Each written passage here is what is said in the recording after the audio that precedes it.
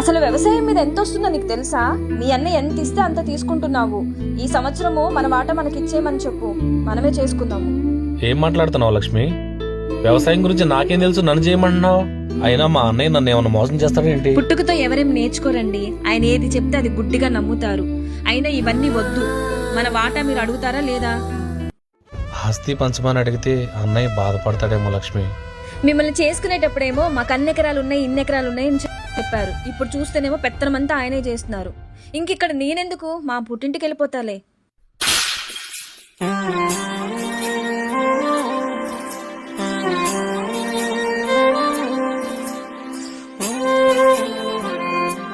ఆయన ఏం చెప్పినా కానీ నేను మాత్రం మార్చుకోవద్దు.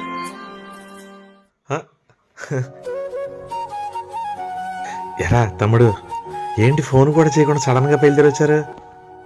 ఏం లేదన్నయ్య, ఈ సంవత్సరం నుంచి నేను కూడా వ్యవసాయం చేద్దాం అనుకుంటున్నాను. నా వాటా ఏదో నాకు ఇస్తే కొంచెం కౌలు కూడా తీసుకుని వ్యవసాయం చేద్దాం అనుకుంటున్నా అన్నయ్య. అవునా? నీకు వ్యవసాయం చేయాలని ఆలోచన రావడమే చాలా సంతోషం రా. అయినా ఎవరిదో కౌలుకు తీసుకొని చేస్తానంటావు ఎందుకురా?